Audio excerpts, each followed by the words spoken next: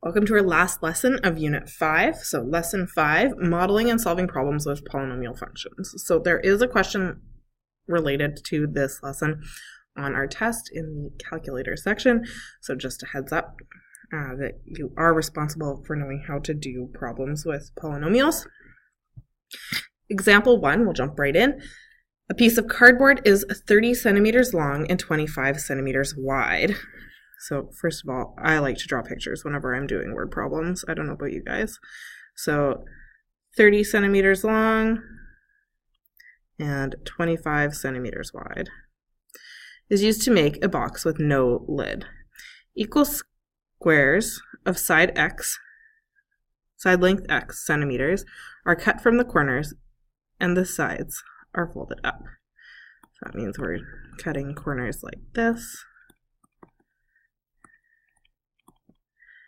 And each of them are x by x, or x squared total, x by x. Okay, write a polynomial function to represent the volume. So remembering that volume is length times width times height of a box. Our height is going to be x, so that's nice and simple. Oops.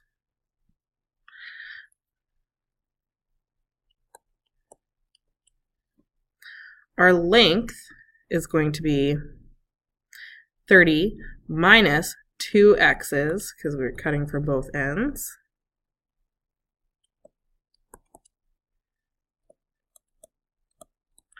And our width is going to be 25 minus 2x. Because again, we're cutting from both corners. So not subtracting just one x, but from both corners.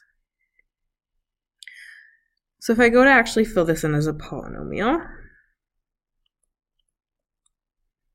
using function notation, I'm going to have x times 25 minus 2x, and it really doesn't matter which order you write it in.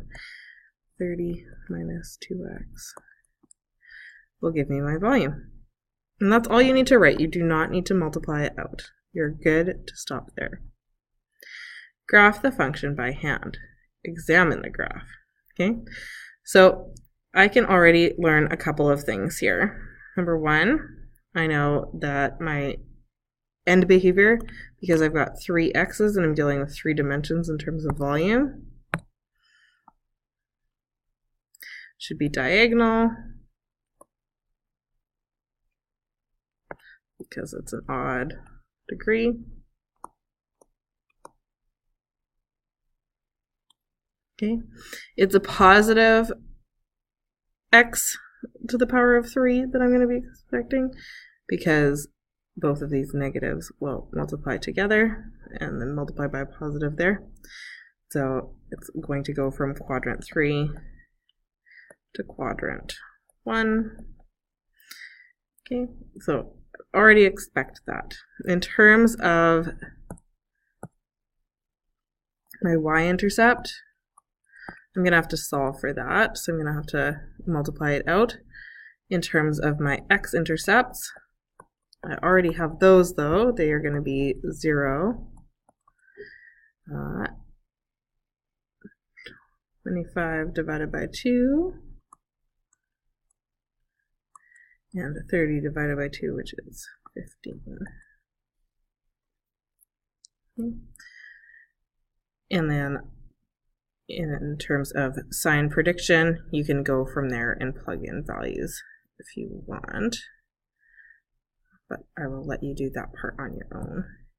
So in terms of my y-intercept, I'm going to have to multiply this out. So I'm going to multiply my 2 binomials together.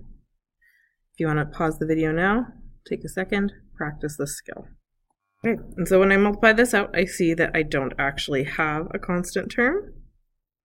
That's fully multiplied out, which means that my y-intercept is going to be 0.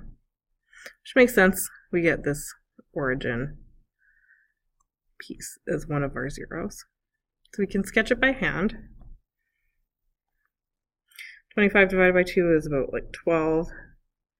15 is going to be my last one, so I could divide it maybe into 5 pieces. Going up by 3s.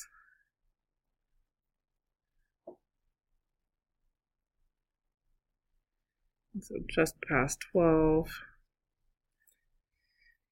Okay, I know that in general I'm expecting it to be downward. I have no multiplicity, so I'm going to be passing through each of these zeros in kind of a general straight line. Now I just need to figure out kind of a local max and min. So I can do that by looking at specific values and punching them into a calculator. So I'm going to choose just a few.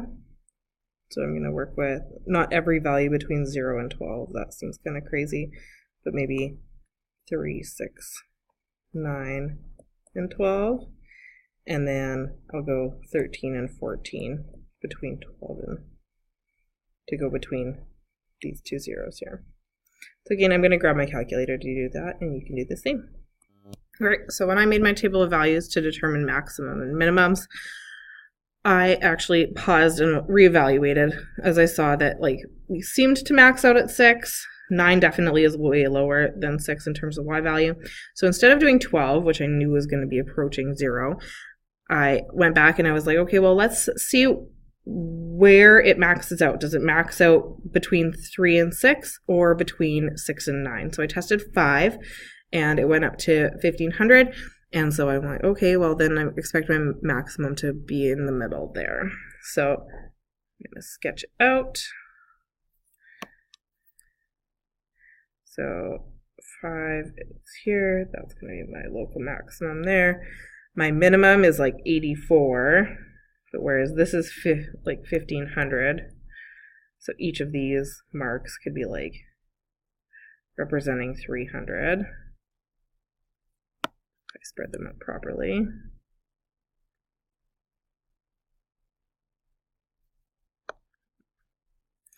Again.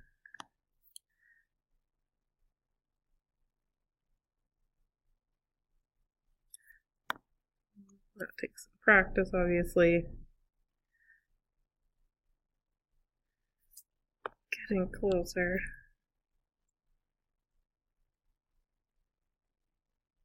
Okay, I'm happy with that. So then negative 300 would be about there. So negative 84 is not very low. I'm barely going to see that unless I zoom in. Maybe here. Okay.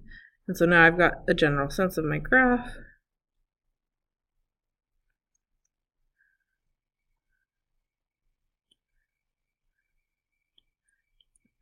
Fix that curve.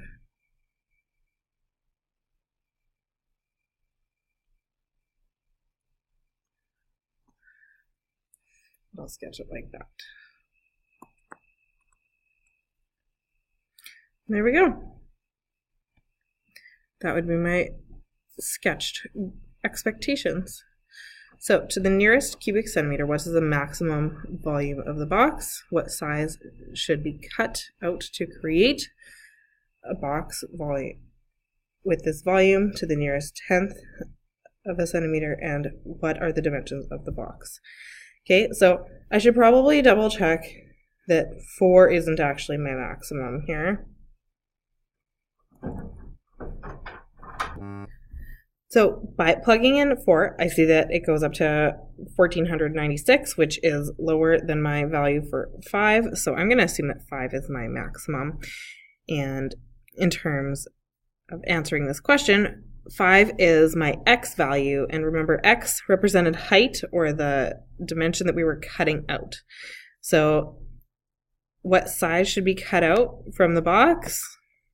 So we would say cut out 5 centimeter by 5 centimeter square from the corners. Okay, to the nearest tenth of a centimeter, what are the dimensions of the box? And for that, we would say that our dimensions would be height is 5 centimeters. Length would be 30 minus 10 is 20 centimeters. And width would be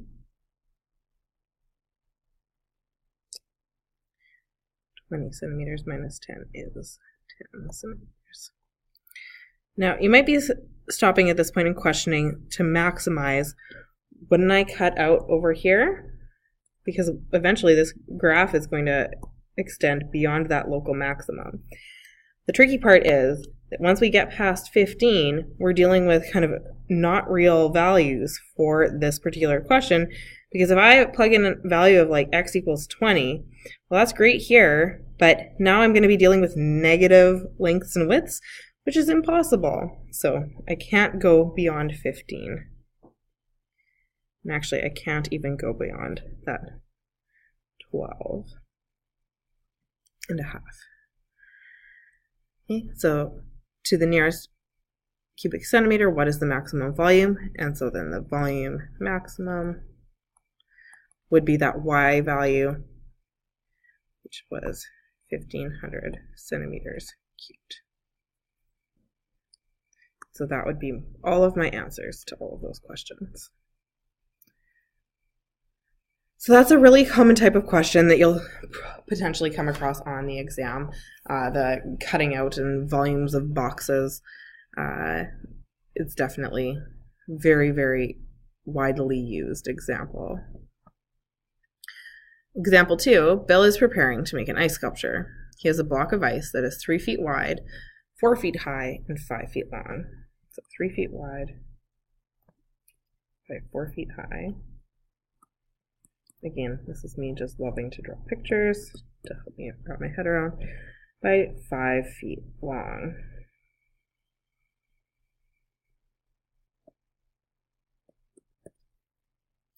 He wants to reduce the size of the block of ice by removing the same amount from each of the 3 dimensions. And he wants a final volume of 24 feet. Now the key thing here is that we're going to remove the same amount from all 3 dimensions, which means we can represent that by x. So my volume in general, again, can be determined by length times width times height, but I'm going to be reducing all of these sides by x, so that's going to be how I write this. 3 minus x, 4 minus x, 5 minus x. How much should he remove from each dimension? Well, the idea of how much should he remove kind of comes down to the idea that we need to solve it for that very specific volume that we were told of 24. So we're going to plug 24 in for volume and solve from there. Okay, so we're going to multiply this all out, which you can do. So I'm going to pause my video and skip you watching me do a whole bunch of math. So by multiplying out my polynomial, I can then move my 24 over, or in this case I moved everything else onto the left, so I had a positive x cubed highest degree term, so that I have it set equal to 0, so then I can solve for my zeros. Because those are my ideal x's. Those are my solutions, because they satisfy when y equals 24. So from here I'm going to have to factor. And so I've got a whole bunch of factors I can choose from for this particular example. Plus or minus 1, plus or minus 2, plus or minus 3, plus or minus 4, 6, 9, 18. I'm going to work somewhere in the middle, 3 and 4 to start with, and I'm going to use synthetic division to look for it. Again, you could totally use remainder theorem as well. So I'm going to use positive 3.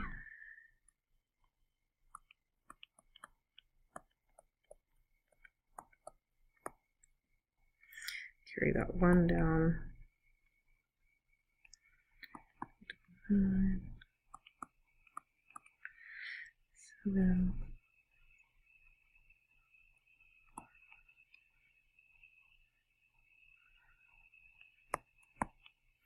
Okay, but I feel like I'm like close-ish there.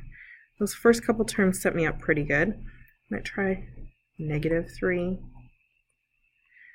Okay, so play around, see if you can at least get that first factor. I took out that -3. That -3 took me in the wrong direction, way farther away from my goal.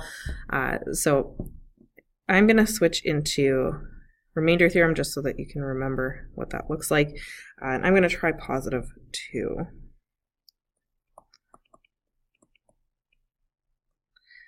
So that would be 2 cubed minus 12 2 squared plus 47x 2 rather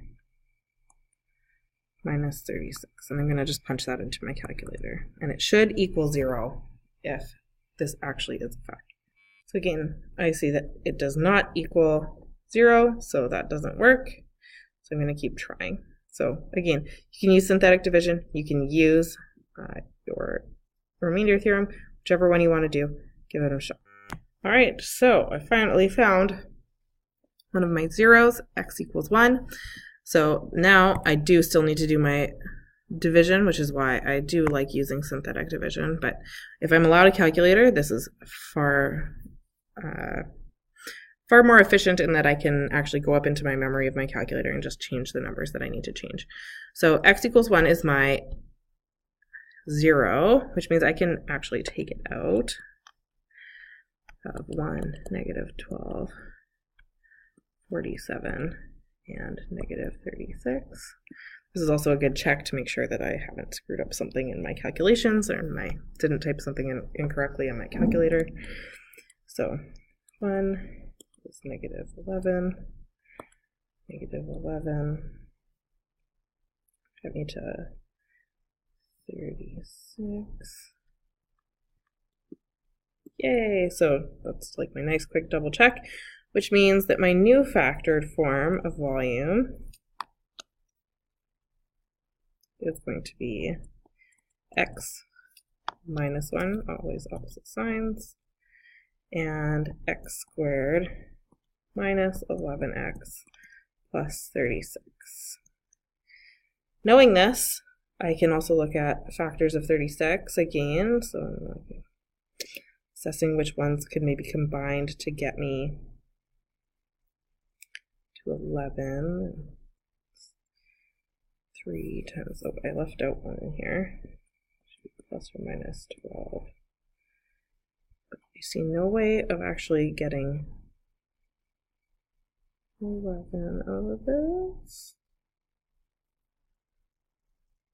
2, 18, 9, and 4, no, 6 and 6, 3 and 12. Nope, no way to get 11, which means my factoring is complete, which means that the only solution that I have is that he should take off 1 foot from each dimension.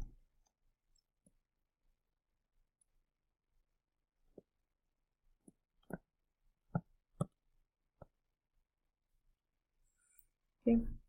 Because that's my 1 0 that goes into this, my one, quote, real root. There are other real roots if we start diving into this. If I like busted out my quadratic formula, we might be able to figure something out, but I can't factor it, so I can use the solution that's readily available to me, which is 1 foot. In which case, I am done this question. We are done this example and this lesson. So I will try to find some more practice questions. Feel free to also go to the link that's way back under general information, under links. You'll see that there's access to old practice exams, and you'll be able to find some more problems in there. So feel free to go hunting on that front too. So good luck, ask questions, and good luck on your test.